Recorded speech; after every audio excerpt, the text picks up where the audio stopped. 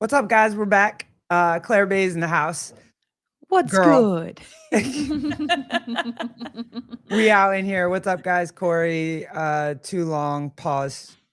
Don't say it. Don't start the show with that. Craig Paisley. What's up, dude? Good to see you.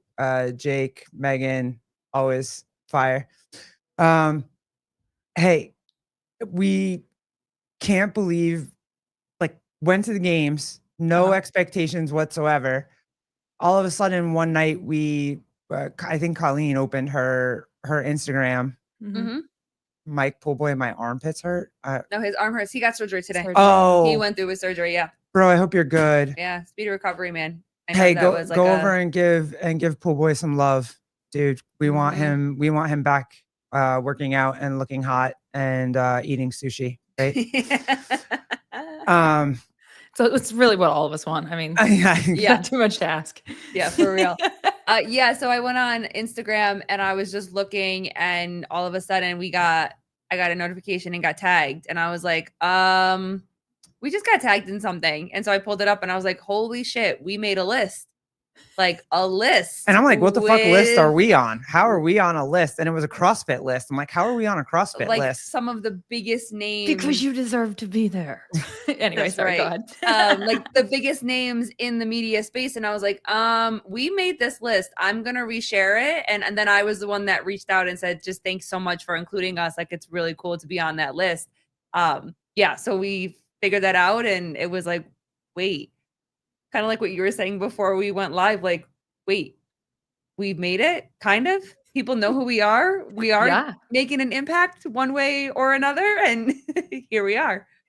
Well, I even went back, by the way, today, because I told you whenever we connected to set this up, and I was like, well, I would like to know more of your story, because I am a relatively a newer listener, trying to gauge who y'all are, right? And so then I learned that you have do what? We don't know who we are either. We're all just out here figuring it out. But it was like, I heard you mention having a deli, right? Yes. Yeah. And so then I'm like, okay, that's cool. So that's something they do. And then I went back today because I was like, okay, if I'm I do want context for who these people are. I'm just curious. And then I looked all the way back, and I think at least on the current YouTube page that you guys use, it's like a 2-year-old video is like the oldest one that I could find. That's all we got. That's it. And so then honestly, even in the creation world, like 2 years is a blip, right? I mean, it's a long time when you're in it, right? But it's not even that long. And then it had 12 views, and I was like, that is so cool. Because anyway, and then also so much of it was just like heading straight into things that you guys were interested in, because I'm over here scrolling looking for like, okay, where's their story, and maybe it's out there, but I didn't know where it was. So I just have questions for you. No, that's fine. Please please ask them. First celebrity we saw at the games, I'll take that. Hell yeah. Get out of here, dude. Thank you. I'll take that. Little tap, tap, tap, tap. I'll take that. No, and that's funny because, and I don't know where your origin story starts either. The one that I remember the most, like after we saw the list that you put out, I was like, oh, that's Claire.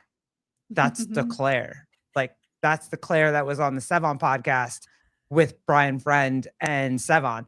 And they were like doing, what were you? You were doing the Open? Yeah, it was during the Open. I think we like reflected back, and it was maybe 2023, maybe 2022. Yeah. But I think it was 23. It was a long time ago. I remember seeing it, and I was like, oh, they got a girl co-host. Like, what's up? Like, what are we doing? Where are we going? She got tattoos. Let's go. Fire. Let's roll. And so after that, and then we didn't see you. You were there. You were there for a couple episodes, and then we didn't see you. And it was just like, I went to your Instagram and I'm like, oh no, she's out here. She out here. She outside. Like, she's doing this. Figuring it out like the rest of us.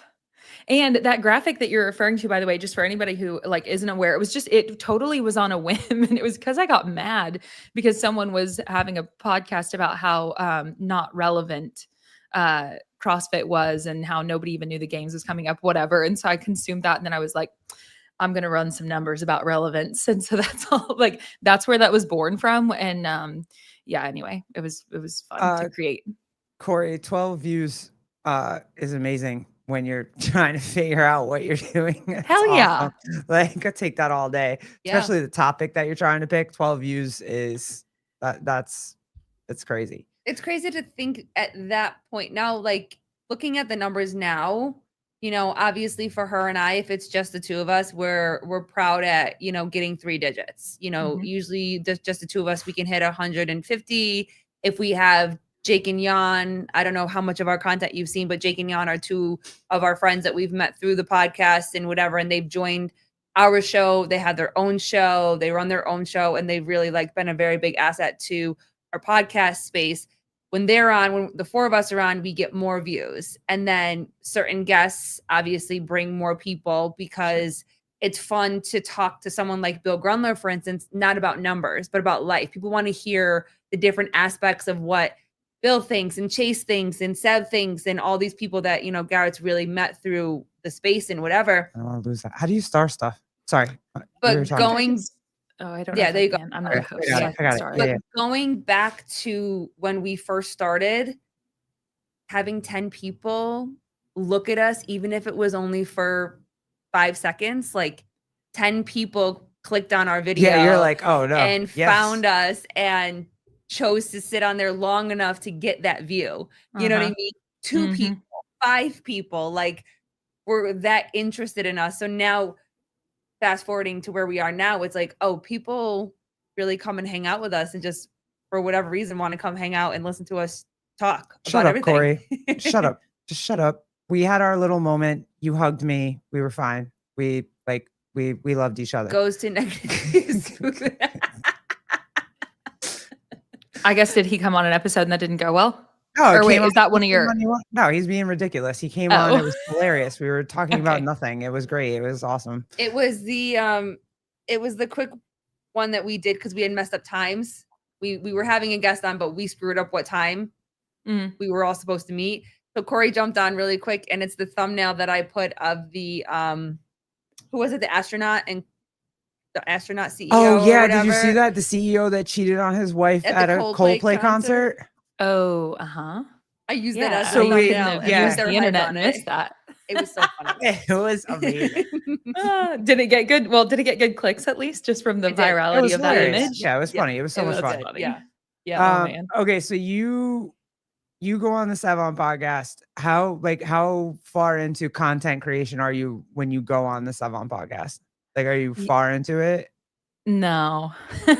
No, the storyline it's all, I don't know. I mean, everybody has how do I attempt to like package this neatly? When it comes to the content creation bit, that all started, I guess, in 2020, the very end of 2021, the beginning of 2022. And that was just because, so I had been, fascinated with CrossFit for just like seeing it on YouTube and then watching the games and being like, what the heck? But I was from a small town in Oklahoma and like that was not there. And so I thought it was really interesting and inspiring seeing those women with muscles, et cetera. And then you move forward 2013, I'm living in a different town. One of an affiliate, Coda CrossFit Norman, opens up. And so I go there. I think it was within the first month of them opening. And they were predominantly like previous college athletes or current college athletes. That was a college town, et cetera. And I had no athletic background. And I was just so scared. I would drive around the block and look at the building. And everyone was so kind and supportive. And they helped me. But I was freaked out. And I was like, I'm going to hurt. I don't know what I'm doing. Right. So I wound up leaving, not continuing the membership because I was scared and thought I was going to hurt myself, whatever. And then 3 years later, I had continued to think it was fascinating, et cetera. And then finally, I went back and joined and stayed in 2016. So anyway, I'm a member all that time. I'm a real estate agent in Oklahoma, and that's what I do. And then in 2021, I worked at the CrossFit Games for WIT Fitness. Do you remember WIT? Yeah. Yeah. So, and that was totally on a whim as well. Like I was simply going to the games. I've like travel and WIT had like a ton of athletes, right? They had like Sarah Sigmund's daughter. They worked a lot with Matt Fraser as well. But yeah, those were a couple of their like flagship. They definitely, that was the year that they were the title sponsor with the games. And so they definitely had a big presence that year. And so that was also, that would have been 2021. And so that was post-COVID. And so I simply, and I'm hoping I'm getting my years right, but I think that I am. And so I I just reached out to them and was like, hey, I don't know. Like, I knew that they were a UK based brand. And I was like, if you guys need people to work, I'm already going to be there. I'm happy to work. And so then I just sent that multiple times. And then like a week prior to the games, they were like, actually, hey, yeah, are you down? And so that's how that happened. And then in working for them at that event, then it kind of turned into, hey, go down to Rogue, and hey, go to this, whatever. And that was at the time, I think the company was maybe around 7 years old, and the founder was the CEO. And so he was putting a new CEO into that CEO position. Someone from another company came in. He was trying to also, or was launching an initiative here in the United States. And I was very involved in that. So anyway, it was 2021 to 2022 whenever I went from, I guess I had taken my, and I know this is long winded. I just don't know how to make this go any faster. Go. But so I had received my level 1 in like 2020, I think, maybe 2019, but I think it was 2020. And that was purely curiosity. I had zero desire to be a coach. I went on ahead and got my level 2 as well. Yet again, still no desire to coach, just want further education, just love this thing. And so by the time that 2021, we're having conversations about doing a road show for the brand in 2022, which we did do. And that, I then left my real estate career to come launch into this. And so for a brief period of time, I was the US community lead for that company. But then they wound up pivoting efforts out of the US very quickly after that. So that leads into 2022. I am brand new in the space, working for a brand, but then all of a sudden jobless. Calm down. Go ahead. We have an entire hour. Oh. You do not have to do this. Well, it's okay. We got time. Yeah. Well, I'm like, there's so many other interesting parts as well. I don't know. But so I come into the space finally for work for that brand. But that was very, very shortly lived because, like I said, a new CEO came in and just went on ahead and shut down that operation as it stood because decided to focus elsewhere. Brand growth, it is what it is. And so finally, like I was not desiring leaving my real estate career. It was comfortable. It was a much better living than the one I make today and have ever since financially. But I was really passionate about this thing. And thankfully, some friends from back home encouraged me. They were like, well, you're not really a comfortable kind of girl. And like, that would not be a comfortable thing to do. And so they kind of used the right things against me. And next thing you know, I shut down my business and took off. So, but as soon as I took off, then very quickly thereafter that the job that I thought that I was going to do no longer existed. So then it was like, okay, well, what do I do next? When it comes to the content creation bit, it would have been. Wait, are you nervous? Are you completely like nervous when you do this? Like when your friends talk you into doing this, are you like, oh crap, I'm going to do this? And then when you see your bank account take a hit, are you like, oh shit. Oh no.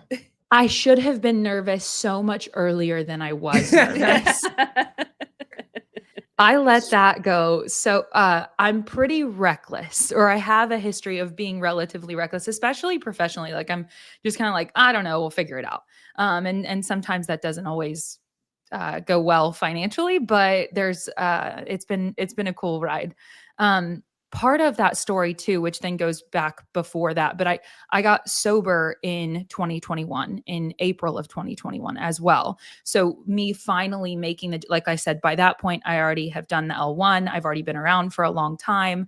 But it started to make more sense for me. Like I was living a life that was more consistently aligned with working in this industry by then, whereas in previous seasons I wasn't, because I had this alcoholism thing I didn't know about that was going on and I didn't know what to do with, right? So anyway, the content creation, I think it was Wadapalooza 2022, whenever the founder of that brand was like, hey, could you make some reels, whatever? And that's when those were becoming popular online. And I was like, yeah, I guess. And so I did do that. And those went really well. The majority of the following that I have on Instagram today came from that season of the journey, where I just was making like silly, goofy, funny content in the gym and just wearing their clothing. And so anyway, today, this is awesome, dude. This is really funny. Hilarious. Yeah. If you can turn on the audio to it, it's quite funny. Guys to run a mile. Don't ask me why. Here we are moving on to the first event. No, don't fall down in front of the bar. Lift it. Oh, wait. I think they're doing that on purpose. That looks so tiring. Now we're on to this like standing upper body, lower body bench press thing that also looks very tiring. And clearly, look at that face. She's pretty cute, though. And look at the champ right here, Mrs. John Cena herself, holding up the title that she just won from Event 1. Now she's doing a million toes to bar things. I'm really like curious at how they don't like jam their toe every single time they do a rep. And then this like rower thing. Does anyone know what that's called? I feel like there's like a fancy name for it. Okay, this is where it starts to get impressive. She does this overhead squat. That's my belt, by the way. Overhead squat, ass to grass. Then this might be one of the coolest things that I saw. She does it clean, but then her partners simultaneously help her get it up all at the same time. I thought that was pretty badass. Then she has a 165 pound overhead squat. Crazy. That is insane. Oh, Careful, God, honey, that you're gonna break hurts. your wrist. I know. Oh, that Break your wrist. And now that we fixed that, we are prepared for the final event of the day, which Made it include into the these like video. flinging dumbbell things. Man, I do not know how they do that because they did it for like 1,000 reps. I would probably literally have a heart attack on the competition floor. But nonetheless, they went to those foot stomping, jumping box things, and we're back at it with the muscle up, baby. And we got it this time. No slippage at all. Let's freaking go. All Hey, jokes you aside, got I'm it, super man. proud of Claire on Team Bartend CrossFit out of Georgetown, Texas. This is me casually trying to out-angle the girls from the winning team. They were jacked, complete beasts. Much respect to them. And because I was so inspired to do CrossFit today, I decided to go to the gym and hit some bodybuilding workouts. Goodbye. Okay, bye. Dumbbell flingy thingy. Oh Yeah. my god. That's Lower awesome. body, upper body bench press thingy. That was so good. Oh, Needs Vindicate. legit- Hey, what's up, bro? Thank you for the shirts. Love you. You're Yep. the best. Go get your shirts at Vindicate, Get please. your Vindicate shirts. Yeah, you make some really hysterical ass things. I love that one so much. It's hilarious. Like, go check her out on Instagram. It's crazy. Claire Bays. Thank you. Yeah, thank you. And that was actually shout out to my fiance. Someone asked, let's see here, CrossFat said, by the way, hi CrossFat. That's said man who's friend. the That's a man voiceover. friend. Yeah, that's my fiance. So Ah, yeah, nice. Amazing. yeah, I love well, it. because I've taken to, so he's a professional wrestler. And so I've taken to doing these like follow me for a day in the life as a future wifey of a professional wrestler on match day. There's one right here that's pretty funny. Or I don't know how funny it is. It's below the sunflower girl. Yeah, the day in the life. Yeah. Anyway, I don't know. If Come you with want me to for a but day in the life as This is a what he was future making it wifey based off to a of. professional wrestler. Smooth. Okay, this is actually the day before we hit a lifting session together. We love when we get to do that, and it is not enough. Headed down to San Antonio for the show. I drop him off, go get some food, go train, quick little turnaround to head to the show, and we have arrived. As you can see, this is the WWE SmackDown show, and I was not ready for this. Yes. Needless to say, this was incredible to watch happen in real time in the arena. The entire show was amazing, but that's just how WWE. Those are the Uso. Isn't that the Uso family that was in the ring? Yeah.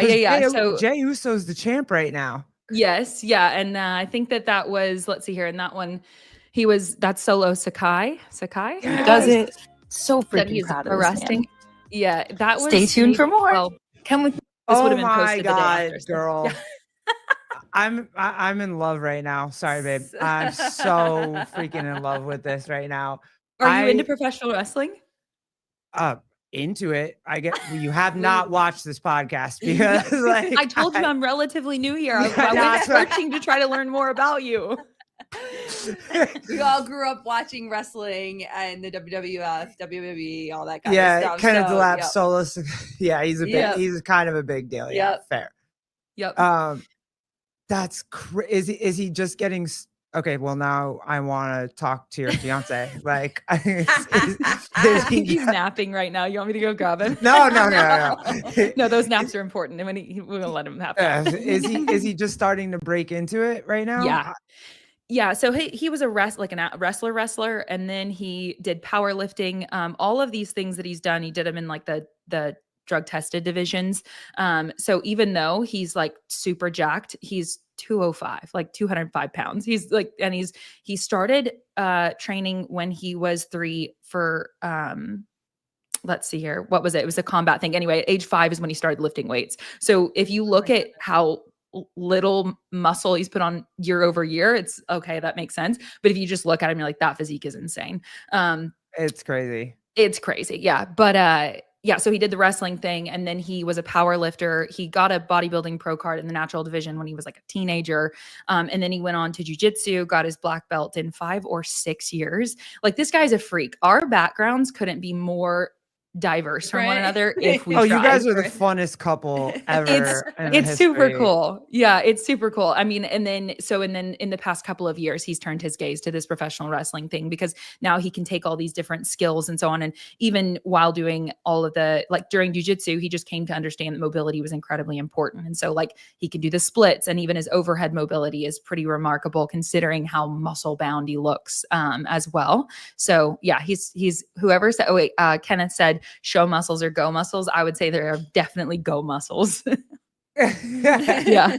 Yeah. Well, you have to like you don't it's get insane. enough credit for the WWE. Like those are athletes, dude. I can't imagine what they put their body through. I just saw they just did a Netflix documentary on like WrestleMania and John Cena coming back and making him a heel and all that stuff. And those dudes, what they have to do is nuts. Like, Yeah.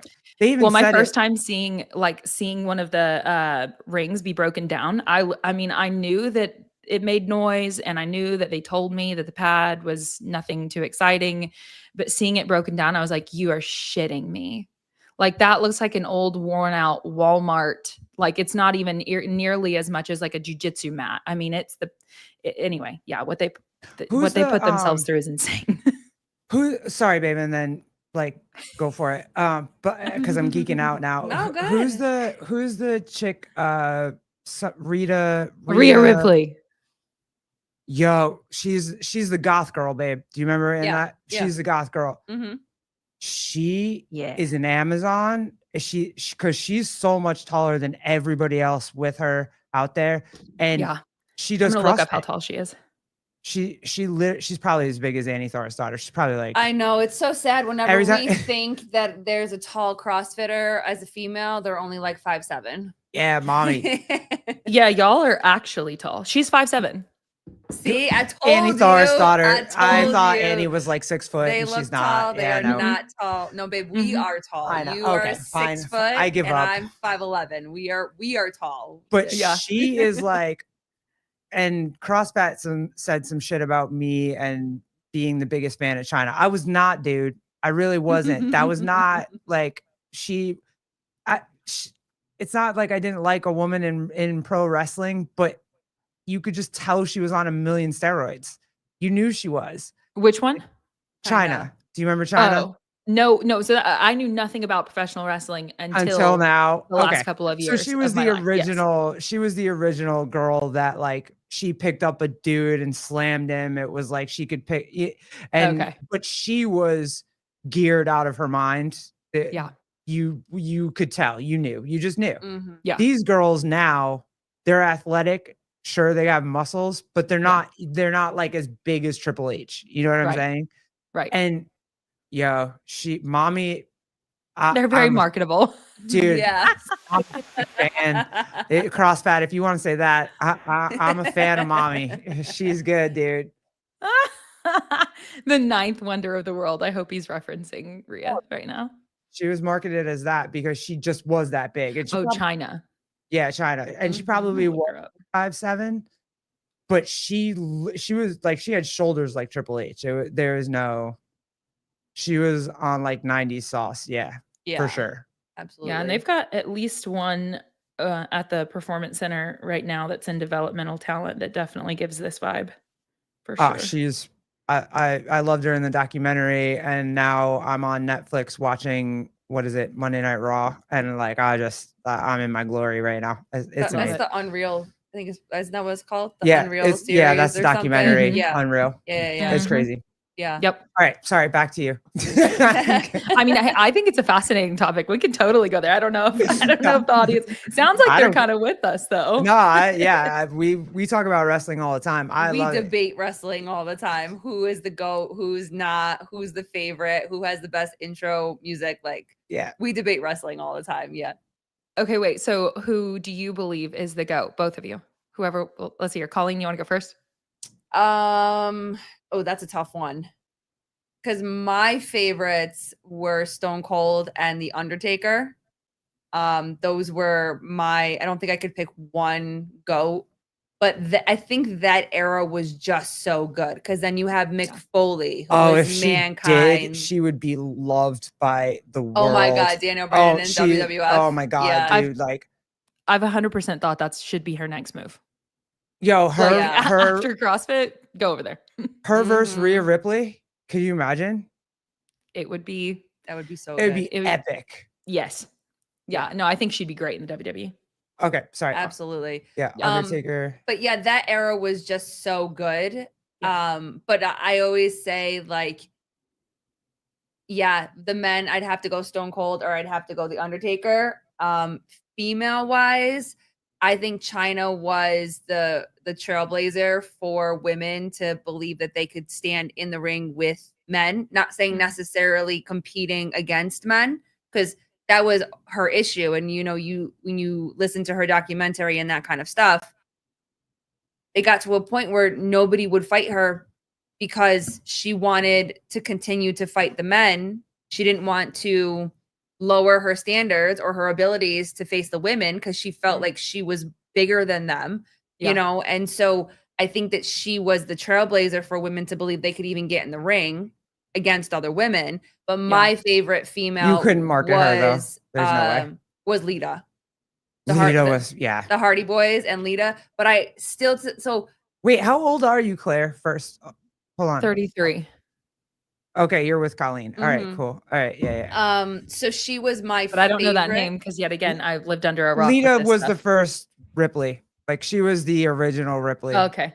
Yeah, she was with the Hardy Boys, which the three of them together were like the edgy, tattoos, long hair, fishnets. Like, she was that girl. But my thing is, I'm like, did I want to be her or did I want to fuck her? I'm not sure. You know what I mean? Like, because I loved her that much. So I was like, or maybe she was both. your type. Maybe she was both. your No, type. you probably honestly just wanted both.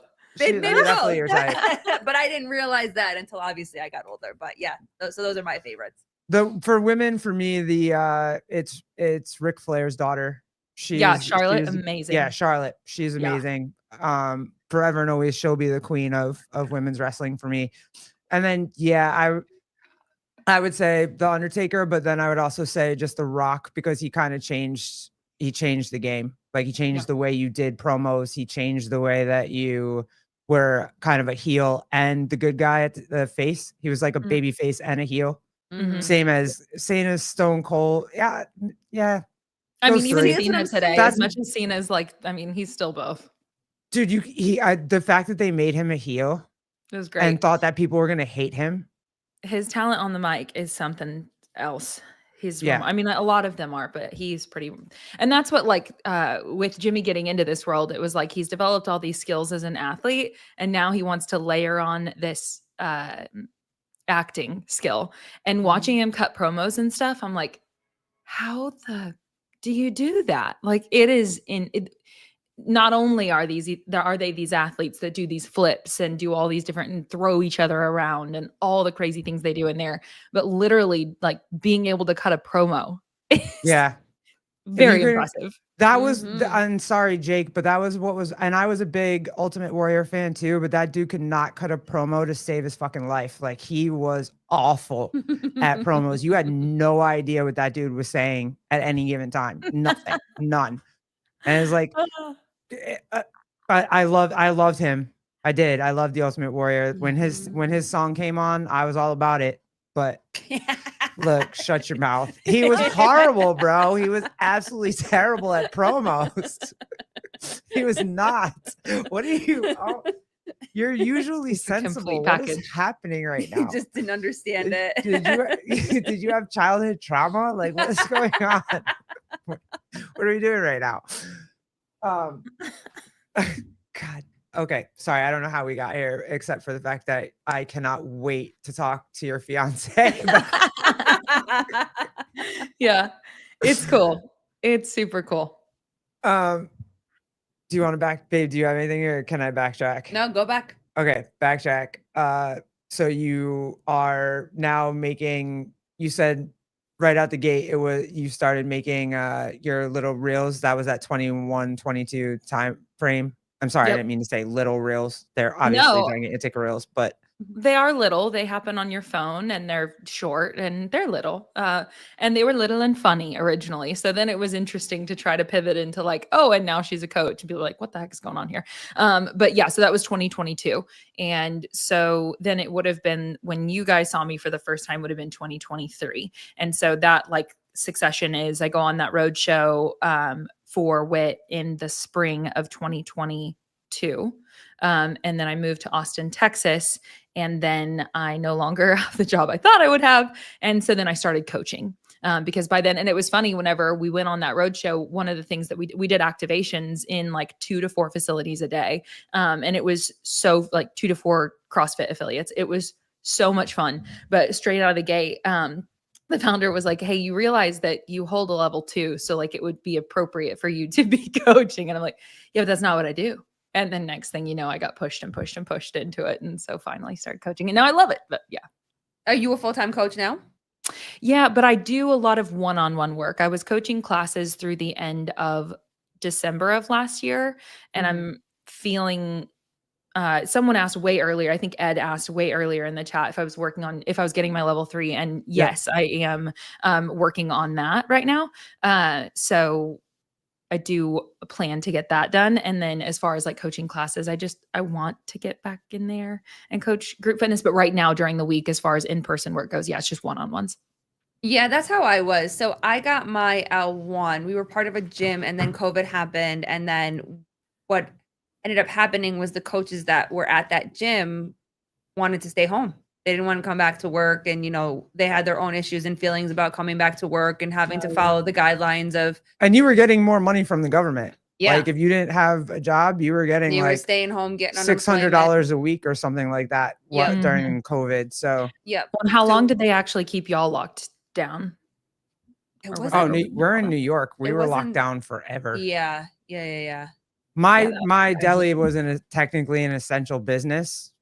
So we were open, but like the gyms weren't supposed to be open. None of that was supposed to be open. How crazy is that? Yeah. A gym is not an essential business, but I mean, not that a deli shouldn't be either, but a gym is not. Okay. Right. So you can eat, but you can't work out and like help yourself. Take care of yourself. Yeah. Yeah. So we want you sick. We like you that way. Were asked to help. And so I was like, yeah, sure, we'll help and whatever. And I, was a huge fan of CrossFit just from being an athlete in the gym, and so I went and got my L1 and still think to this day it was one of the most amazing weekends that I've ever been a part of, so I did that during COVID. So we were in the gym having the seminar part in masks, separated from each other, and I still could feel how amazing that weekend was. And we were outside and we did our, our workout outside or our, them instructing we worked out us in the parking through, like the movement patterns and that kind of stuff. And so I got my L1 and then became a full-time coach, and I loved it for a long time until I didn't love it anymore. And what, do you mind sharing why? The community changed for me. And I don't know if it's because once I experienced this, because I was a dance teacher too. And growing up, I was a competitive dancer and I was absolutely passionate about dancing and I absolutely loved it. Competed a lot and was part of a dance studio that just felt like home. And then I became a young teacher and a young competitive teacher. And then when I started teaching it, I started losing the love for it because the politics around the parents and the competitions and like the adult things kind of takes away that passion for you. So when I became a coach in CrossFit, I just felt like the dynamic of the community that I had been a part of really changed. It was like, you hired me to be a coach, but you are not allowing me to coach. And when I become passionate about something, I'm a coach for God, like for I am a coach. Let me coach. But you're telling me that I shouldn't be coaching or I need to coach this way or let people just do what they want. If they want to do what they want, go to Planet Fitness. Go work out on your own. This is a group setting that everybody needs to be paid attention to. and feel seen and whatever. So for me, it just really changed my perspective on CrossFit and on community, which was very different than the community that we got into when we first got into CrossFit. And you got to figure this is post like COVID and all the politics that went along. Everybody had to pick a side. Yeah. Right. I mean, it's been around for a while, right? It's ridden through seasons. Like right now, we all know we're all in like this really exciting season, but we just came out of a really awful one, right? And then you talk about the politics. I'm assuming that's like way beyond our little bubble of just like the world as a whole, right? And everyone and all of the emotions that came with that. Anyway, I mean, Yeah. we've been through some things. Yeah, and that was the thing, fighting for CrossFit when the world was against CrossFit, and even the people within the gym and people that were in charge and were like, we're not doing CrossFit. I'm like, what do you mean we're not doing CrossFit? This is a CrossFit gym. I'm a CrossFit coach. I want to teach CrossFit. I don't want to teach something else. I don't want to call it something different. I don't want to just pretend like it's not CrossFit. Like I'm teaching CrossFit. I'm a CrossFit coach. And so there was a lot of separation between each side because with all the Greg stuff that happened and then the separation from that and the, again, It was even weird. to this day, So weird. the stigma around CrossFit's dangerous and it's going to hurt you. And you hear so many stories, and I hear that to this day too. People are like, I can't do when I say my background's in CrossFit, they're like, I can't do CrossFit. I'm going to get hurt, or I can't work with you because you're going to hurt me. I'm like, I'm not going to hurt you. Yeah. A lot of that has to do, whatever. Yeah. And a lot of that has to do with both sides of a shitty coach and a really big ego. And I got hurt in CrossFit because I had a really big fucking ego. I hurt my back because I was lifting heavier than I should have been lifting. That's on me. Yeah. I can blame a coach. I can blame anybody else. But at the end of the day, I shouldn't have been lifting knowing that I was injured. And I still was. You know what I'm saying? Like that accountability kind of thing. So. Yeah, it's usually, I mean, I'm really enjoying, at least right now, just all of the like clear messaging coming out. Obviously, we are all enjoying that, but because I think that it sounds like you were doing that during the season of where it was easy to get confused with what it even was, right? Because I think we do need continuous, clear messaging from the mothership, if you will, to remind everybody, like, this is what we're actually doing. This is what we actually are. And if that doesn't, if it's coming from 4 million different places all the time, it's really easy to get really like noisy and confusing. So I don't know. I think it's been really, really refreshing to see, like, when you say like people saying, well, we don't want to do that or whatever. I'm just enjoying them clarifying again, like, here's what we actually are. Here's what we actually do. Did you go to the games last year? 2024? Yes. You were there. Yeah. So I was in Fort Worth. So can I ask the vibe between, like, obviously what happened last year and like with everything that happened over the last year, like the vibe that was going on over the last year, did you feel any of that at this year's games? Yeah. And so I think that you guys, by the way, on the podcast you had with Dents the other day, y'all said that I was at the games this year. Yeah. I was not there.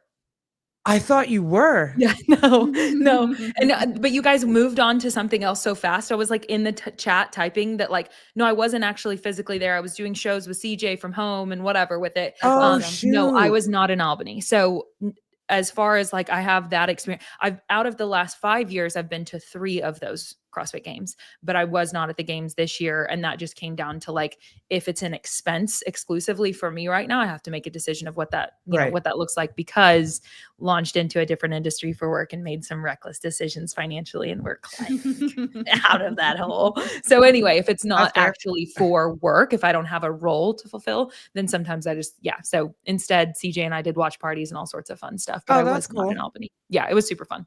That's cool. Yeah. I thought the vibe would be a little bit different than it was. And I was very excited and pumped up to see how excited everybody was that we're there. Like, everybody just was, they were excited to be there. And it was really, the atmosphere was so cool. It was so fun. as a fan or working or whatever, like it was just, for me, it was optimistic. Yep. Like, okay, we're cool. We're back. Yep. It's if you're not a CrossFitter, you don't understand. Like if you don't do CrossFit, you don't understand. And it's just, it was fun. Hey CJ, Yeah. what's up, dude? Yeah, and I've I- been doing a show. He does his morning show a couple times a week, and I've been doing the Friday one with him recently, and then he does the one on Tuesday solo. He did one this morning that was really good. Anyway, hi CJ. He's go cool. Pod Prep. Go check him out. He's awesome. Yeah. Speaking of letdowns, Jake, you're so Big- funny. What was Huh? the biggest? What? The biggest letdown in history was Lost. The season Lost. Oh, Or The show finale was season the 4? biggest Is that what he said letdown. up above? If season Someone 4, said, yeah, but season 4. it was the finale. It wasn't the whole. The seasons were great. It was just the finale sucked. Same as Sopranos. That sucked too. It was bad. Well, throughout any of the seasons that CrossFit has been through, you know, I like to ask lovers of CrossFit the way that it sounds like that you are just as much as we are, whatever. Did you ever doubt CrossFit? Did you ever feel like it wasn't what you thought it was? Yeah, when the headquarters of it all goes silent for a very extended period of time and everything feels very disjointed in it. I mean, absolutely. It's been a long journey. And so I would say that definitely, I think the games being there last year, obviously what occurred, it was as bad as it gets, right? Yeah. I don't think I'm an appropriate person to speak to that on any meaningful level, other than that I was there and that was really hard to watch everybody mourn and go through that. And it was very heavy. And like coming home, I remember coming home and like just laying on the floor and crying and just like actually letting it out, because the whole weekend you were just kind of like, well, these are my people and I want to be with my people and support them and whatever. And then you get home and you're like, whoa, what just happened? Because all of these people that love dearly the same thing that you love dearly have just gone through something, you know, and it was heavy. And so, but I think that from there, then if anything, that kind of for me, like re-sparked some level of like, CrossFit was my entry point to fitness. It was my entry point to this world, right? And so then I was just totally immersed in that for so many years and exclusively that. And then when I moved to Austin in 2022, I had the opportunity to experience, and I still do, all of these other flavors of fitness, if you will. Yeah. And it's actually been really, really fun. But through all, so there's just kind of like the timeline. I think what's cool is through coming here and experiencing so many different things, I've had the opportunity to learn in a lot of rooms that I wouldn't have otherwise had the opportunity to learn and experience things. But what that has also then done for me has like reaffirm this love for this thing that we do, which has been really, really special to like have to go through that, like taking a look at other things and questioning it all. And okay, well, why do we do what we do? And what resonates with you the most? And anyway, I mean, yeah, I don't know that was a very clear answer, but yeah, No, I mean, I'm that makes sense. curious what you guys, like your version of that. Well, it's very interesting because I can run parallel with you in a lot of what you just said. You know, when I stepped away from CrossFit, when we stepped away from CrossFit a couple years ago, we found boxing, and like we completely stopped CrossFitting for a long time, and we jumped headfirst into boxing training. A friend of ours owns a boxing gym, and that's where I do my personal training coaching at, and still help at the desk when, you know, they need me, to help with classes when they need me. But we did that. And then I slowly, with this podcast, started to talk to people in the CrossFit space that love CrossFit, are OGs of CrossFit. And I started to feel like I was missing something, that I needed to get back into CrossFit. And so a couple months ago, I started doing Sentinel training, which is Taylor Self's programming from. You started with the Open though, with Jethro's gym. You started going to CrossFit Chief Nation. Yeah, but a couple months before that is when I started doing CrossFit training again. And I would just go, or in my gym, I would just do the CrossFit workouts. And then the Open came, and I went into our friend Jethro's gym, and I was like, oh yeah, I kind of love this and I'm excited to be back here. And so 3 weeks of that, going to his gym for the 3 weeks of the open. And every time I walked in, it was like, yeah, I really love being here. But sadly, his gym is an hour and a half from where we live. So I'm like, can't go there every day. Oh, Jake, he's fun. Can't go there every day. So about a month ago, I walked back into a CrossFit gym and I now take CrossFit classes again. Yeah.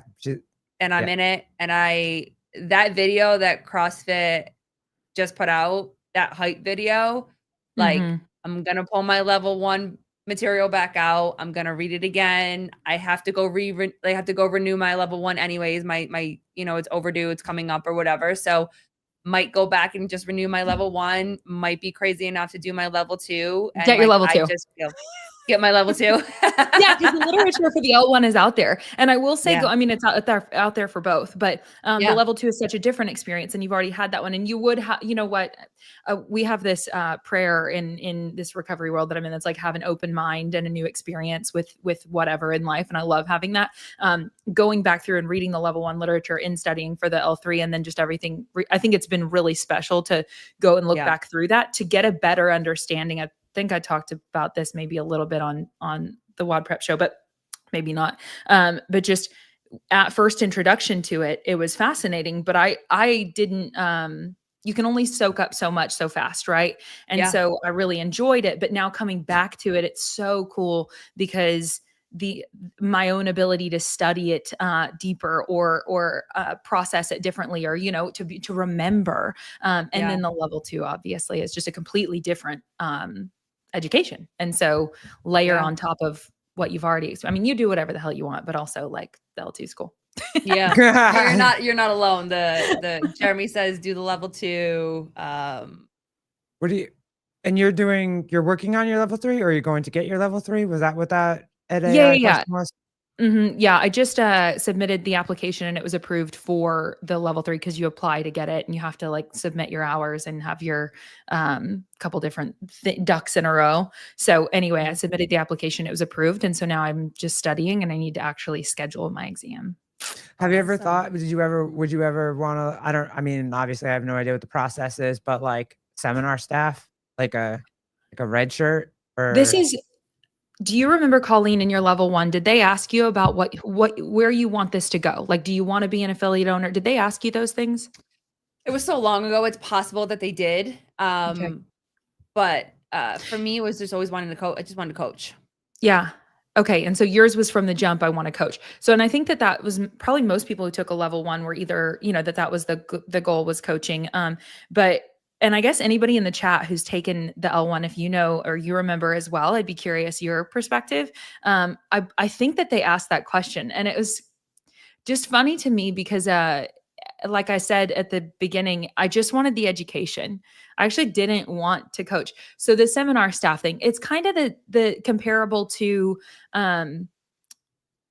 emceeing today or doing this or was any of this on the roster of things I thought that I'd be up to? No. And the emceeing thing, yeah, right. And like you can relate. You didn't think you were going to have a podcast and be doing this? Yeah. My wife had this brilliant idea. I had it. I thought we'd be done within 5 shows. And then I just was relentless and was like, we're not going to be done within 5 shows. Pulling me along, kicking and screaming. And now here we are. Never 2 seconds. No, not even a little bit. And do you both enjoy it now more than before? Like, do you find yourselves enjoying it even more?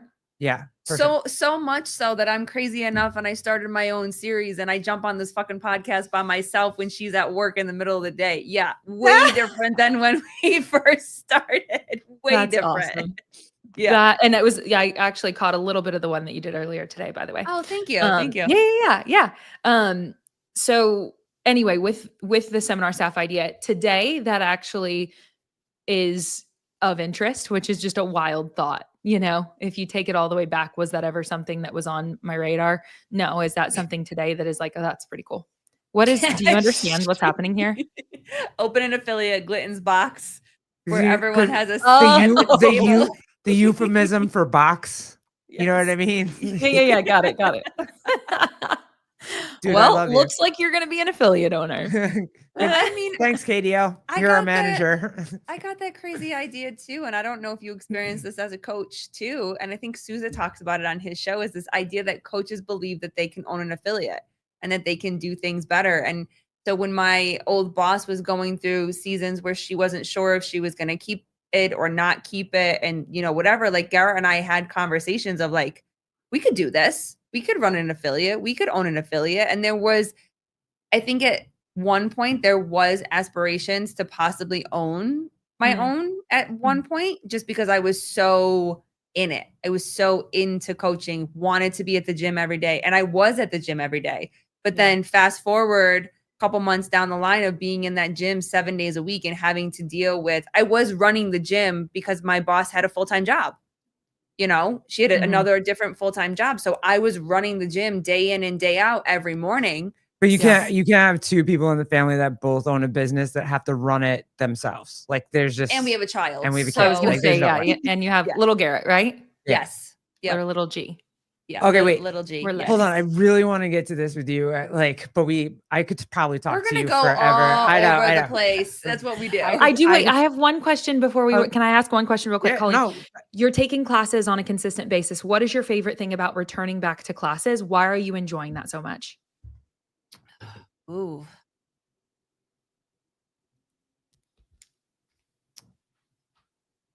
I went through a phase where I didn't want to have anything to do with CrossFit. I didn't want to be coached in CrossFit. I didn't want to talk about CrossFit. And for me now, just being in an affiliate again and being surrounded by other people that just want to work hard, brings back that experience that I got the first time I walked into a CrossFit gym. So a little bit very quickly of our story. My wife found CrossFit first through a friend of hers. And we were going to the normal Planet Fitness, whatever. And she was like, I need something different. So she went. It was a kid I used to babysit for, by the way. Like I used to babysit him, and then like, and he's who invited you? he opened his own CrossFit box, and Hell like yeah. I was like, hey, what do I have to do to be able to do CrossFit? And he's like, walk in the gym. Mhm. And I was like, cool. And here we she go. did. And I she did. told me, and I'm like, okay, go do that thing that you're going to Right. go do. I'm going to go to the gym by myself. That's fine. Yeah. Came home, told me, you have to go. You're going to absolutely love it. So we went together and started to go together. Well, this was at the very end of us trying to get pregnant. So it took us a very long time to get pregnant. And it was very helpful in those last couple, and like the last month or so of us trying, because we were focused on something other than trying to have a baby. Yep. But then I found out we got pregnant, which was amazing. Yep. But then I got super sick. So I didn't get to experience CrossFit in that first community, which is different than the community that I worked at. I missed that community that she got to experience for the year or so before they ended up closing. And so now walking in, it's crazy because it's in the same facility. It's the same gym. It's just different owners. It's a different owner though. Yeah. That has been open, 3 years ago. So many, many years later, our son's 8.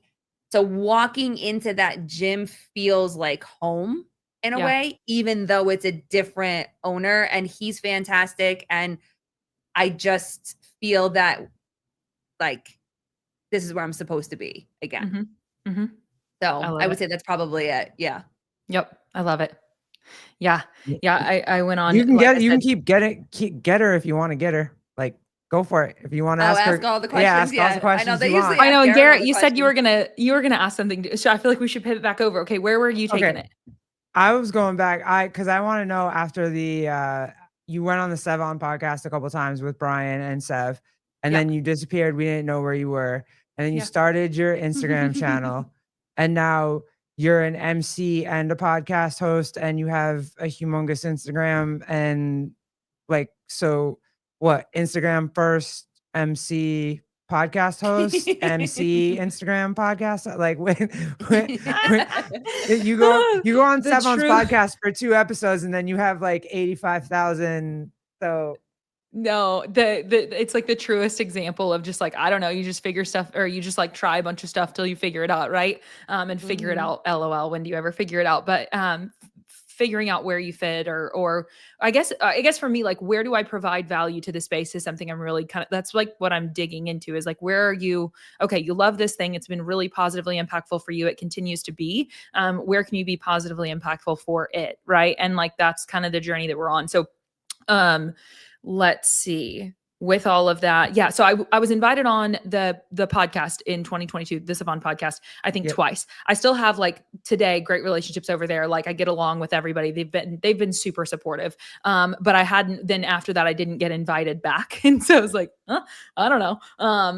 And so then I started my own podcast literally in an RV at the games that 2020 because I lost that job and I was like, well, shit, I don't know what to do. And a few people said, you should start a podcast. So I did. Right. And I did and I have a ton of episodes out there.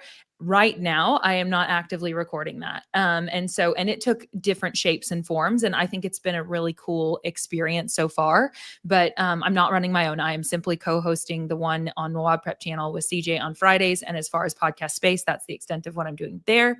And then of course, just create the short form stuff and do the online coaching and the in-person coaching. And then the MC thing started 2023, I believe, January. Is that right? I think that's right. And it was a local affiliate here who we had done that road show there. And so I'd kind of stayed in contact with them here being in Austin, Texas. And they were like, hey, we're going to do a few competitions this year, small local competitions. Would you be willing to MC? And I was like, yeah, I've never done that. And they were like, yeah, but you'll be fine. You should do it. And I was like, okay. And so then from there, I got asked to do one or two more. And then I will say, I think the first person to ask me to do like some larger ones that actually required travel would have been Carlos Bound. And he is awesome. And I saw him at the games. I guess that would have been literally last year.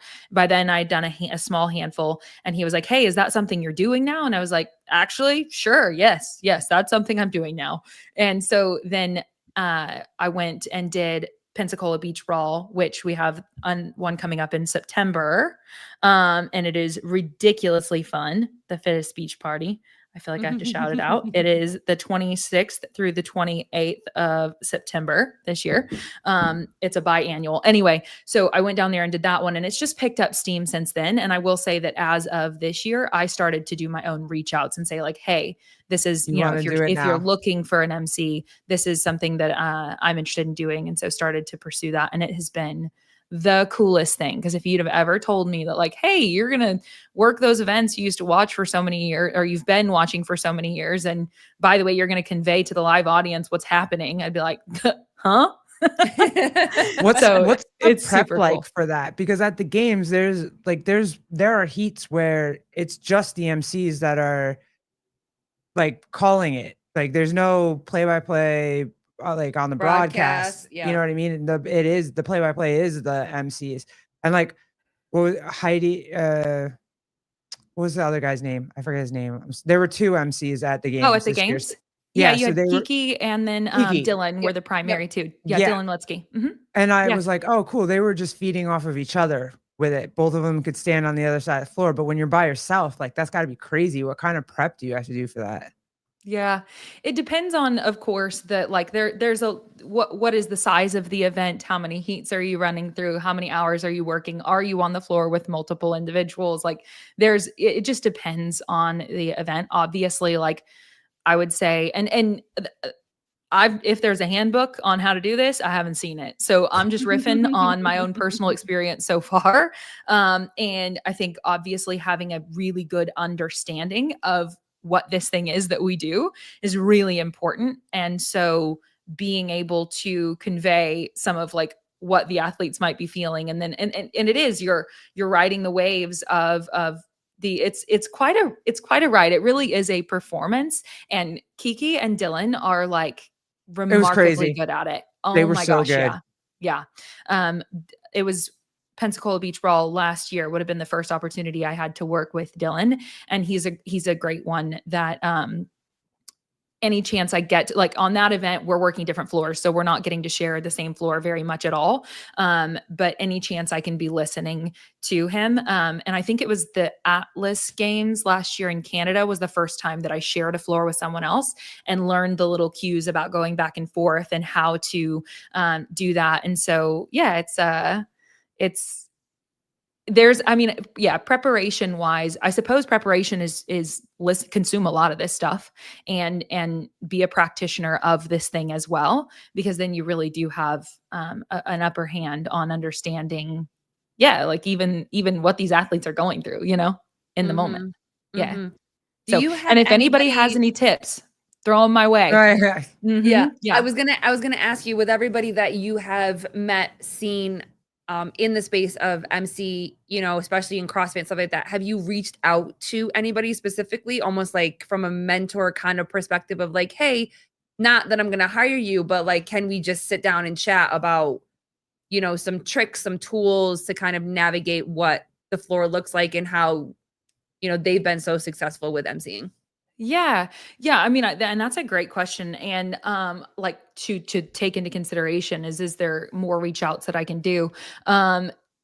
With each event, I definitely obviously communicate directly with probably the coordinator of it or whatever. And yeah, it was all it's there is, like I said, no handbook. So I definitely want to know what that like what vibe or what the things that are the most important to that event that the MC role does fulfill. So a lot of that is relatively consistent from one to the next, but I like to have that conversation. Like, what are, you know, if this is a home run for you, what does that look like?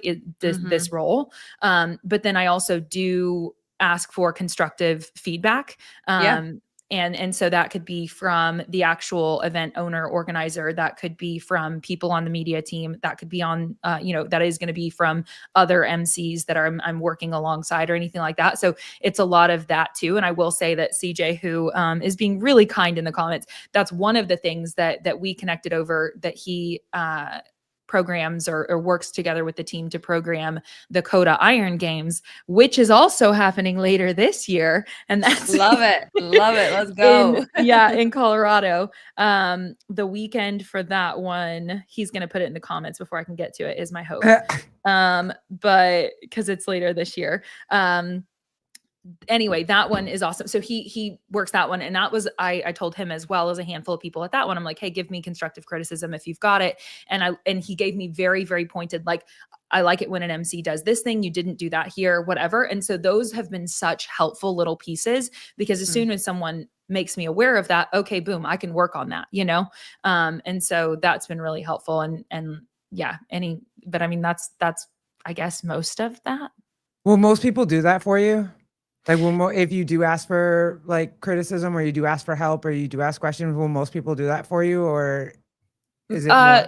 No, I would say, yeah, more often than not. And it's not like a intentionally bad, you know, but more often than not, people are just generally satisfied with the job done, or they're like, oh yeah, you know, whatever, or they're just, whatever it is, their role isn't to sit there and dissect my role, right? And so Yeah.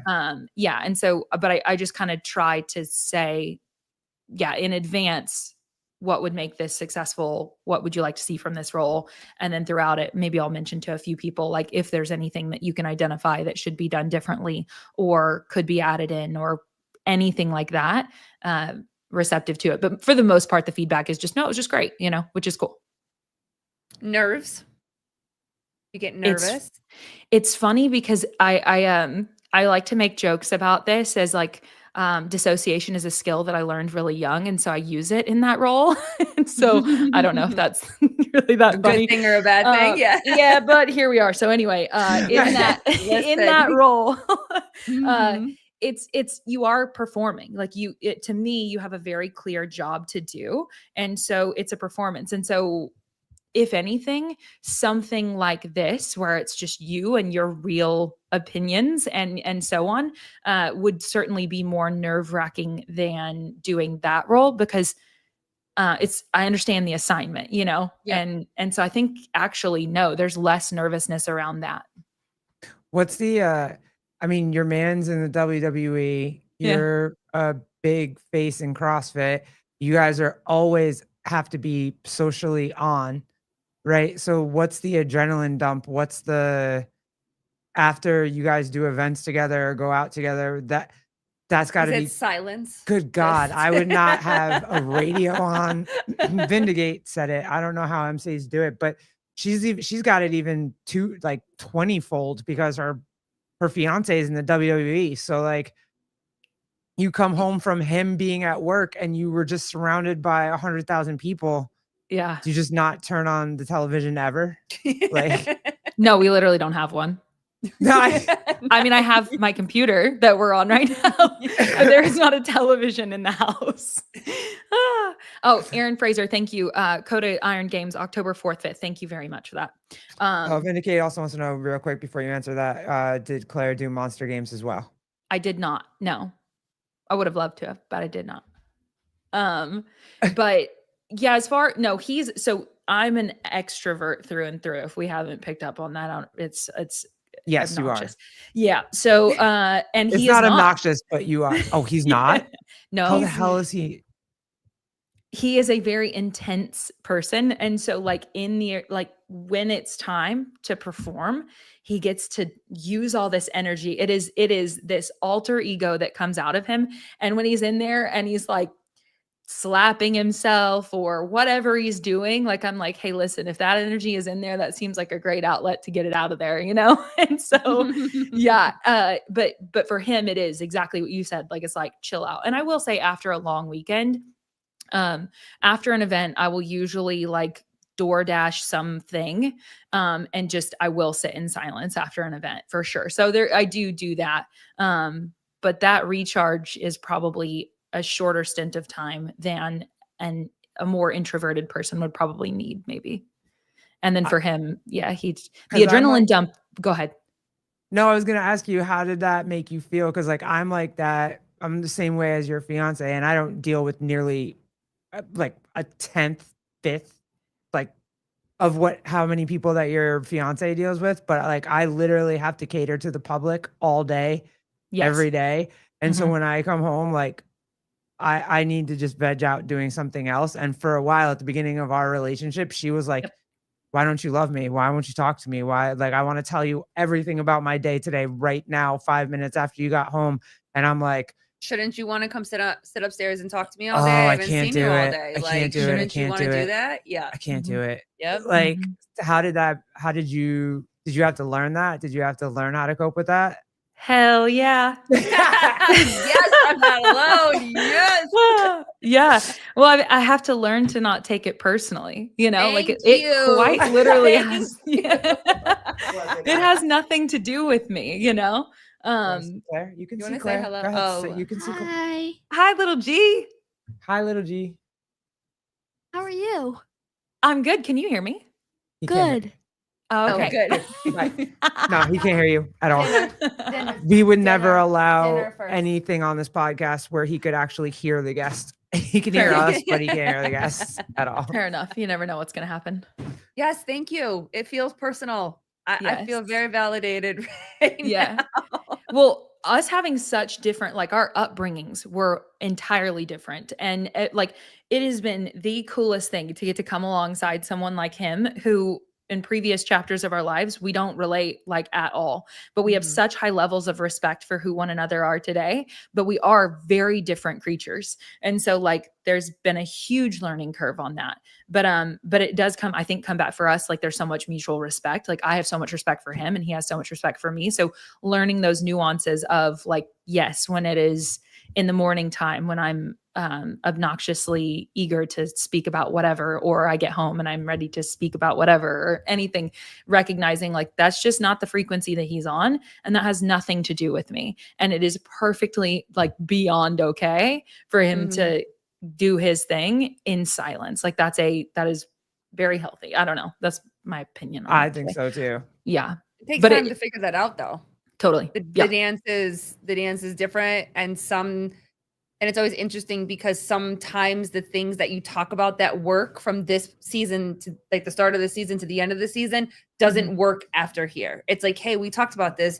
Yeah, but that's not working for me right now. It worked for me before, but now we need to shift and whatever that looks like, whatever the conversation needs to be or not be, or the timeline needs to shift, or that kind of stuff. And it's navigating throughout, like it's not linear. It's always going to be changing Yeah. with everything that's going on. Well, and how many y'all have been together for how long now? We just celebrated 13 years of marriage.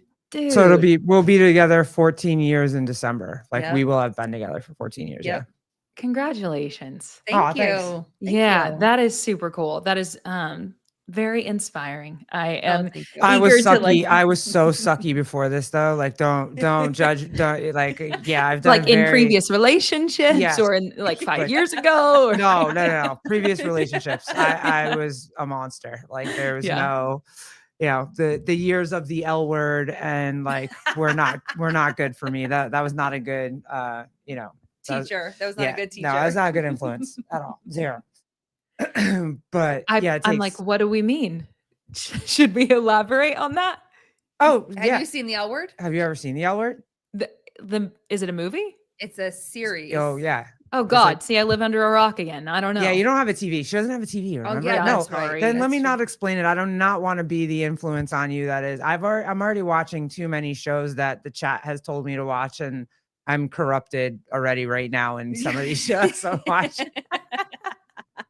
Wait, okay. So what all types of content do you guys consume throughout the course of the week? Because obviously you stay up to date with CrossFit stuff, right? You I do my stay up best. to date with some pro wrestling stuff. What other interests do you wind up consuming throughout the course of a week? I'm the weird one. If you want normal shit, ask No, her. go ahead. Doug, Go ahead. Like, I want real shit. well, right now I'm stuck in this show, Hightown. That's weird as hell, but It's I'm very starting. weird. I'm On starting to Netflix. like it a lot. Okay, so and- this is like a series that is yeah, about it's all generally. Netflix. Yeah. Okay. Or I am that weirdo woman that watches like serial killer shit to fall asleep. Like I am that meme. So Mhm. I'll watch all the documentaries on any You and platform. Jimmy really well get along. Yeah. Yeah. Mhm. I'm that chick for sure. And dildos being thrown onto WNBA basketball courts. I'm definitely following that right now. I That's heard amazing. about that on your last episode. Yep, that's amazing. Mhm. I do enjoy Yep, that. Came out from under my rock, heard that, went back. She probably wants to go back on I know. I'm sorry. I honestly didn't come out because I just went to your podcast. I didn't go look any further. Just took it for okay. Sounds good.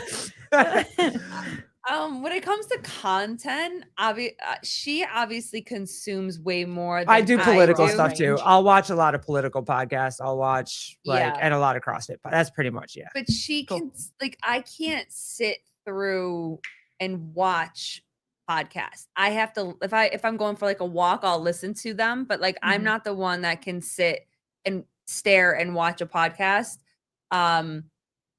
So she gets like the whole story, and then it's nice because between her and now with dense updates, she kind of gives the cliff notes. Like I need like what's the highlights, what's going on, and if there's important details that I need to know after, like she kind of gives me the details. That's fair. because I do get a lot of information from the chat. Fair. That's Fair. I get all the Mhm. But honestly, there was a point that content consumption was overwhelming for me, and I just actually didn't want to consume anything. Like when we went through a series where not on purpose, but we were talking with everybody about politics. Like every single conversation was super heavy politics, and it got to the point where turned off every single news thing. I didn't want to talk about it anymore. I didn't want to read about it. And so I really just kind of cut off, and my go-to to chill and shut the world off is the Golden Girls. So we jam out to the Golden Girls all the time. Those are my Heck chicks. yeah. or Living Single. Living Single, I brought back into the loop again, Yeah, but that's fire. That's yeah. a fire show. Okay, so that's a TV show as well. Yes. Those are TV shows. Y'all, this is embarrassing. You didn't do it. Um, You did not watch any TV in like the late 90s, early 2000s. Oh, well, you were like 4. Never mind. Forget it. I mean, I was born in '92, so I was there for those. No, we didn't even have a TV at home growing up either. I don't know. So Were you Mormon? Yes, No. CrossFit. No. Nothing? No, I had a Southern Baptist mother and an atheist. Oh, okay. father. Yeah, Mhm. that'll do it. Got Got I it. don't know. Yeah. Were you? I was were out you in at the- church like? Yeah, I was there multiple times a week, but I really had a hard time because we went to a church that was with like the more affluent people in the town, and we were not that. And so it was, as a child, I couldn't really differentiate why other children treated me differently, or I don't know, it was just hard to whatever. So anyway, I unfortunately developed really like negative ideas about all religious constructs, whatever, through that experience. So until I was 17, I was in a church on a very regular basis. And it just wasn't the most positive experience. But thankfully, many years later, now I have a much different Take on spiritual it. basis to work with. Yeah. And Where'd can you- understand that like those are humans being humans, you know? Right. Yeah. Where did you grow up? Shawnee, Oklahoma. Ever heard of it? No. Nope. That's But in the okay. middle of nowhere. Yeah.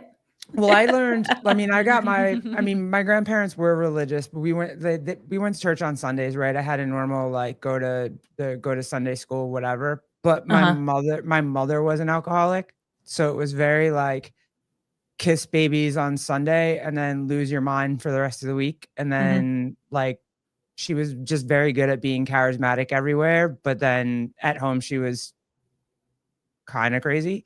So like that was it was like, okay, going to church is a good thing because everybody's okay. You don't have to walk on eggshells. You don't have to like, so that was kind of how my brain worked with it. Yeah. Does that make sense? Yeah. And then I mean, Or- where did that go from there? So then like you enjoyed that in like young years, and then I've always like, I literally have always liked religion. I've never not, I mean, I'm not like I'm not gonna follow every word by the book. Sure. I don't think that or anything Yeah. like that. But like, yeah, I do believe in Jesus. I do believe in God, and like that has always been a comfort for me because, and I think that's where it comes from, was that it just, everybody was happy and normal and chilling at church on a Sunday. But when I went home, it was nuts. Yeah. So that was my wiring. I'm curious how where was it just like fanatical religion that you experienced? I mean, I don't think it was fanatical as much as I just couldn't understand, or I knew that for some reason I wasn't like them, right? And or they like I was kind of separated. And so then by the time like as I grew up, then I was like, okay, well, I don't want to hang out with you guys anyway, you know? But I will say, and actually this is cool, my grandmother, which she passed away in 2021, 2 months before I got sober, she was very involved in my childhood, and she was always a very spiritual person, literally happy in Jesus is like what's on her stone. Yeah. And so she was a beautiful example for me. And today would be her 92nd birthday, by the way. That's yeah. But anyway, I don't know, the experiences there in that religious, like it just wasn't there was a lot of judgment and whatever. And like I said, I couldn't understand that like this is just humans being humans. And so then I just associated it with religion and all of that, of like, okay, well then this whole thing just sucks, right? And then of course whenever I got sober, then it was like, well, you might need something that's a little bit more powerful than you because you're running this thing into the ground. And so then that's been really cool to like reopen myself back up to spirituality and have just like a completely different relationship with it today. Was CrossFit kind of like, did that help you with your sobriety? Because that's just like, CrossFit's kind of like, you know, you have to have a routine every day. Like you have to keep the same routine. If you do something different, either you might have a horrible workout. You know what I mean? You have an extra beer somewhere or an extra burger somewhere, and then it's so, I don't know. I don't think it could have hurt, right? But CrossFit was a part of my life before I got sober for years. And so it was a part of my life before. And that was like, I don't know, it was almost like compartmentalization of life, right? Like I did my best in that. And I definitely like tried really hard in CrossFit. Yeah. And then unfortunately I just would go, and once I started drinking, you never know, is it going to be 2 or is it going to be 20? Who knows? Right. And so I don't know. I think it's unreasonable to think it didn't help in some way. And definitely, like, once I did get sober, I mean, I was already a member of an affiliate. I already went to classes. By that point, I would say the first year, like 2-3 days a week, then 3-4 days a week. Then, by the third, fourth year, you're like bathing in the Kool-Aid. You're there every day. Yeah. So I was already like that into it. Obviously, like, my ability to do it better increased once I got sober. And then I started to do things like endurance cycling in early recovery, because I was just like, I had all this time on my hands that I didn't know what to do, and I didn't belong in the rooms that I used to belong in. And so, I would say that it had to have been helpful, but it wasn't like it showed up in my life after the fact. That's okay. So now, then I want to ask, like, when you were doing CrossFit before you got sober, was doing CrossFit kind of like a way to be like, okay, I'm doing CrossFit, I'm taking care of my body, I'm taking care of myself, so it's okay if I go home and drink or have a beer or drink with dinner or whatever, because like I'm gonna go work out, I'm gonna do this crazy ass thing. My body's not really like, I'm not getting fat, like I'm not getting a beer gut, I'm not getting a wine gut, like any of that stuff. Does any of that kind of Definitely didn't register any of that. No. I mean, like, that wasn't, at least there wasn't, maybe there was some sort of subconscious, whatever. I loved the gym. I loved the community. I loved being a part of it. I've always loved humans. Right. And so it was like such a fun thing to get to go do with people, that I really like. And so, I loved being there, but then I just had this other part of my life that, on the weekends or whatever it was, that it was just like, well, who knows? But I mean, I was a bartender. And so like I was in these two different worlds. So I literally would like leave my bartending job and go to the CrossFit gym, So like, and that overlap went on for multiple years. oh, wow. Wait, hold on. I got to mess with Ed AI, dude. What did I do? Did I do something? But I'm bad because I serve generic meat. I mean, it's boar's head. It's the good stuff. But I love you, be dude. good / cleanse. I don't know. I don't know. I have a podcast to be good. Does it? I don't know. I don't know.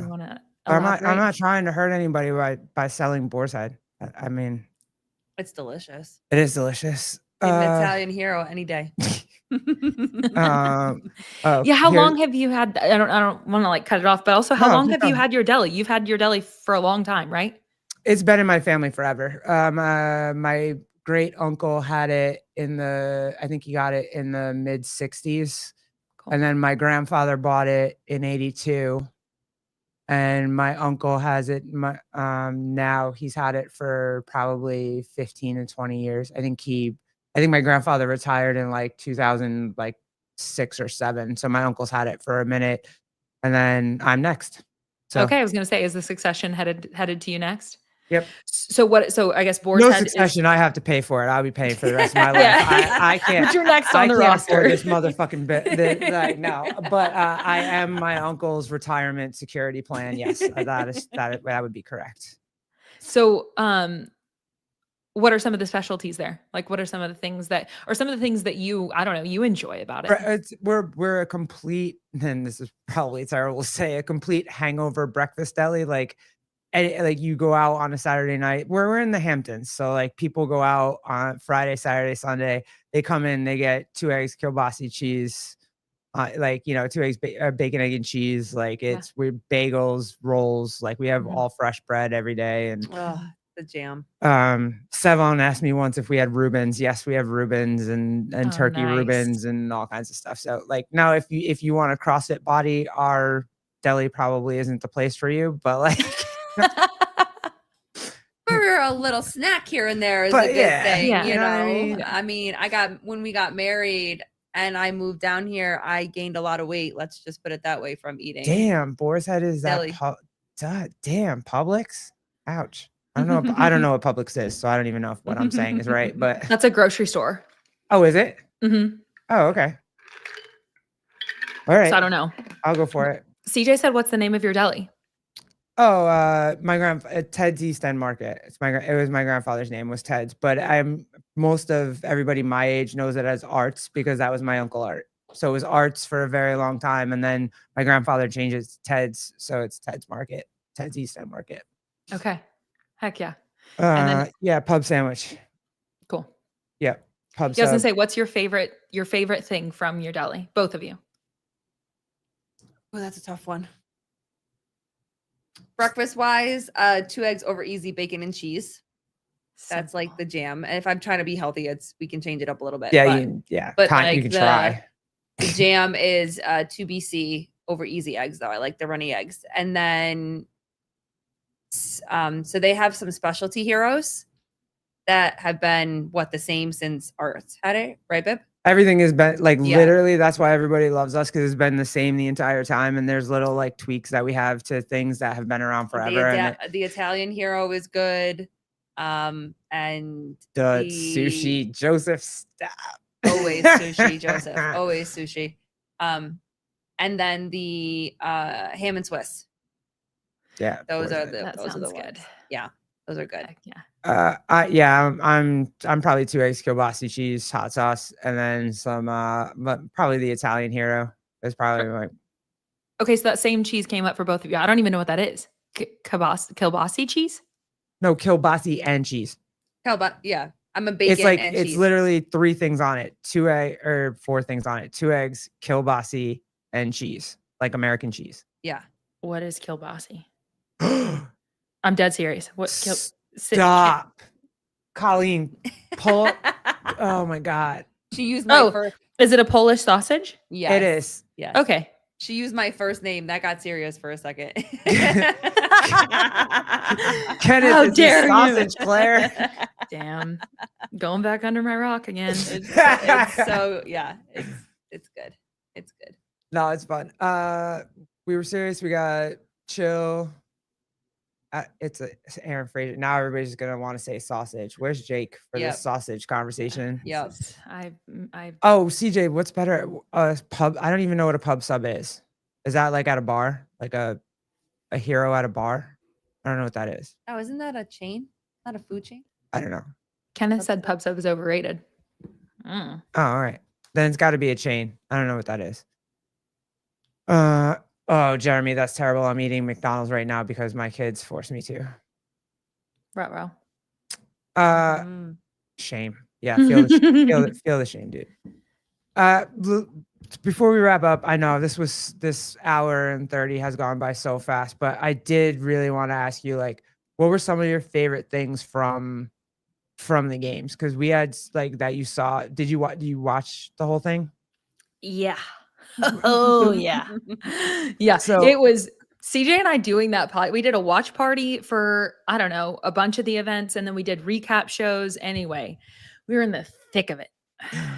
Yes. So what were some of your like holy shit moments? Some well, I mean, a holy shit moment would have been Colton's rope breaking. I mean, that just comes up as like an easy grab for like when you're like, well, this can't be happening. What is happening? Of course, the moment when Lucy took over control on the handstand walk workout, Albany grip trip. CJ, take notes. I'm trying to remember the names of workouts. Okay? But things, I don't know.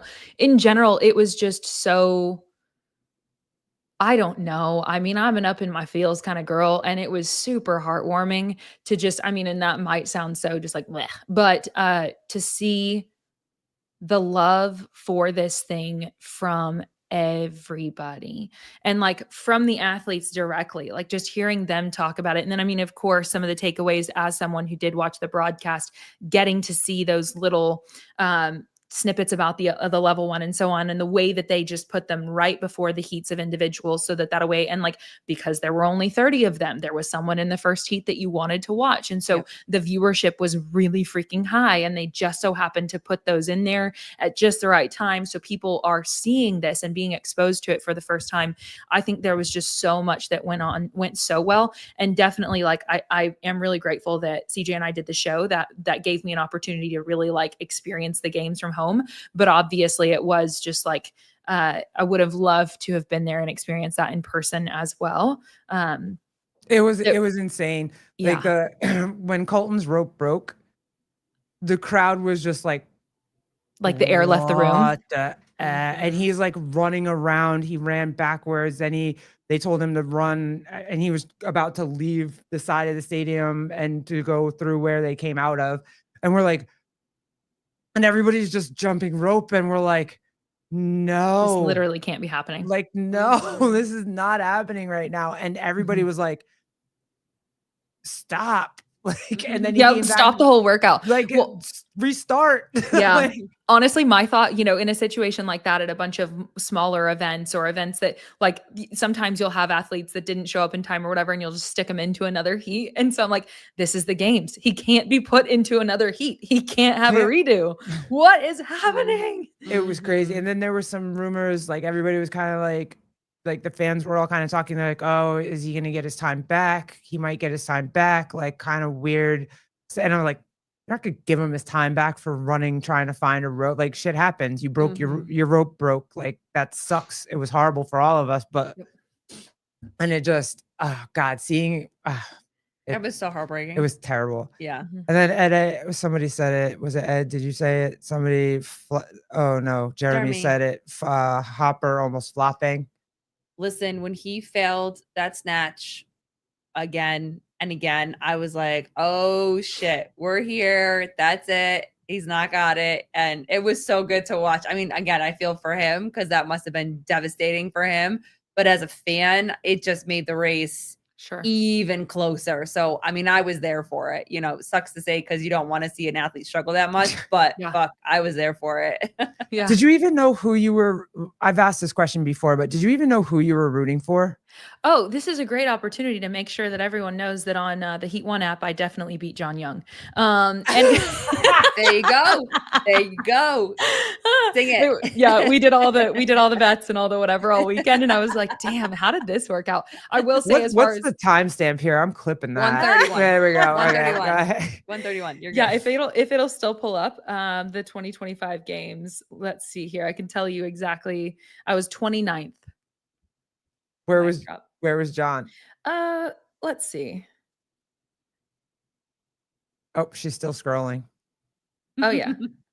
I think you can look them up by name, but I think, let's see, the barbell spin 50th, it looks like. Oh, no. John Young CrossFit 62nd. Oh man. Tyler at 70th. Damn. Which, mind you, like, these are all so good. And so all of it, I mean, there are so many unpredictable things the whole time, but that was cool. Anyway, yeah, who was I rooting for? I mean, like, you want to see, I want to see Tia win. I think it's incredibly, like, I mean, just that whole storyline.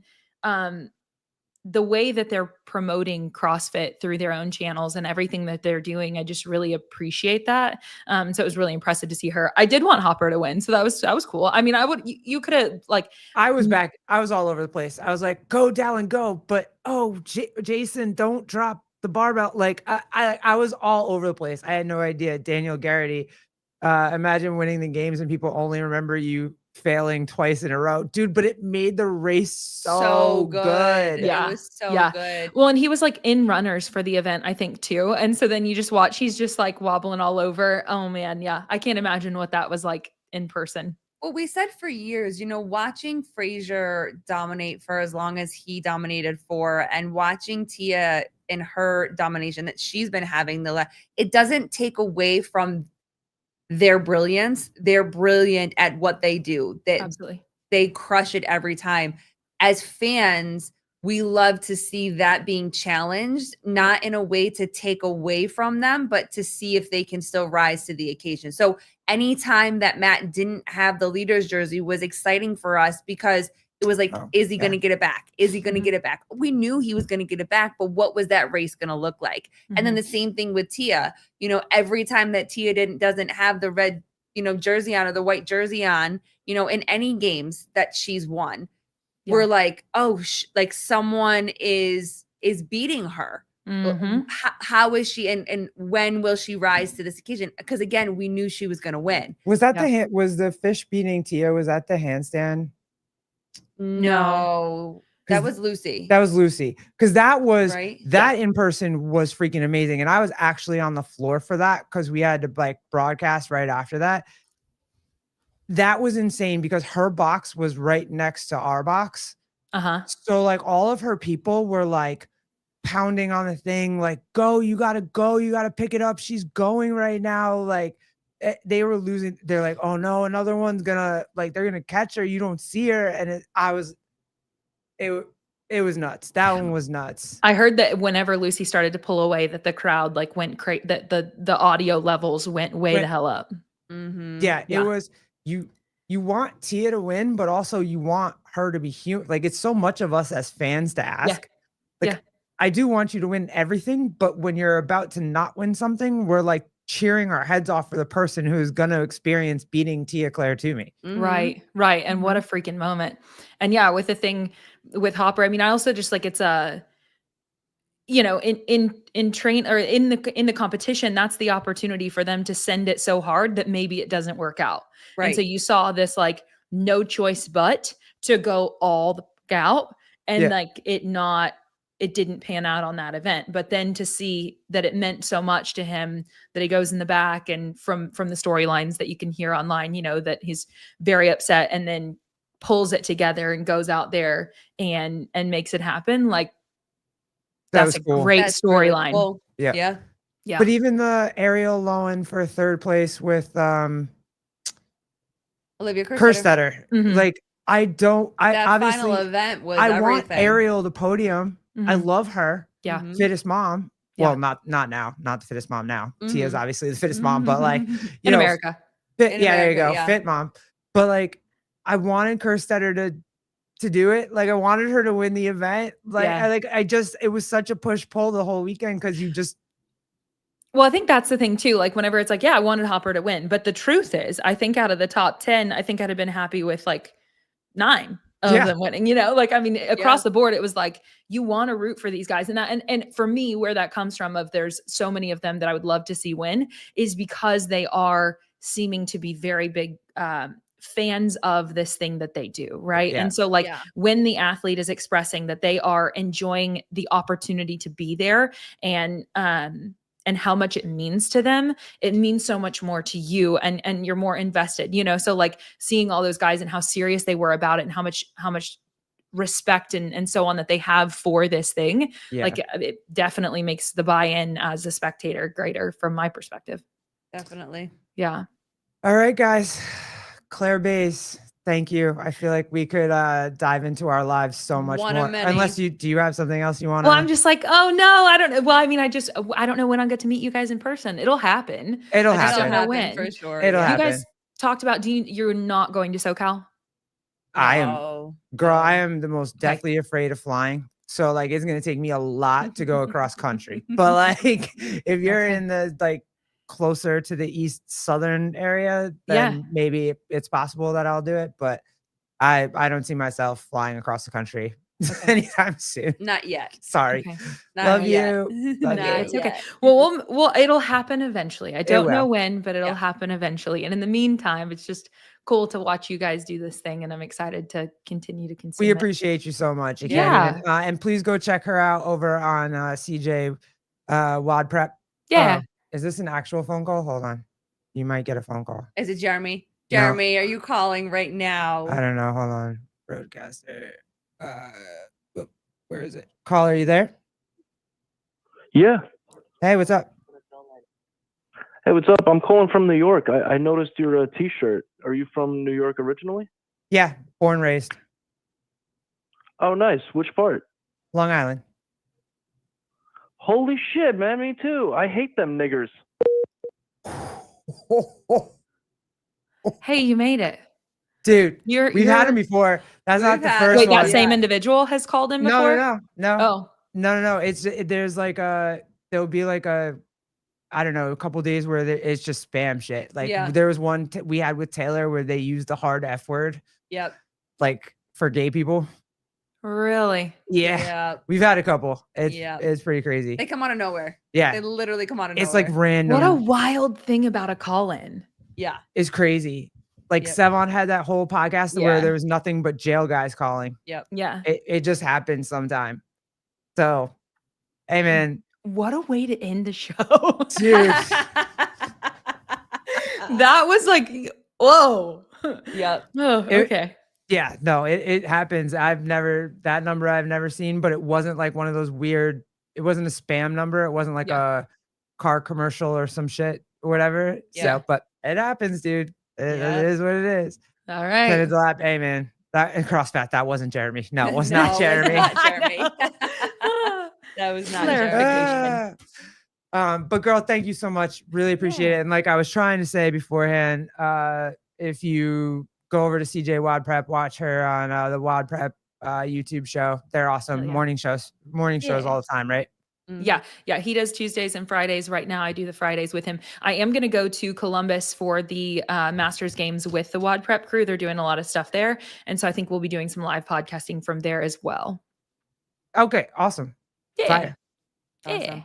Hang out. Don't go yet. We say goodbye to everybody. Thank you guys, Megan. Thank you, CrossFat. Thank you guys for all hanging out. Ed AI, thank Yep. you. You're awesome. Colleen and Big G deserve to be crazy in marriage, just like the rest of us. Thank you. Love you. Love it. You're awesome. Yeah. Thank you guys for hanging out. We love Yeah. you. It was Until great. next It's time. been an awesome week. Oh, and we have Chase Ingram on Friday. Yes. So he just confirmed. So we'll be chilling with Chase on Friday. So if you guys want to come hang out, 5 more o'clock. games talk. We're gonna be Dude, talking Chase about the is the games best. forever. So So we're still hungover. Like CJ said, we're still hungover. Yep. So He titled that show that, and I was like, you realize you did that for the show with the sober girl, right? oh shit. That's fair. And he did know. Yeah. on purpose, right? All right, guys. All right, See you next y'all. time. Bye. Deuces.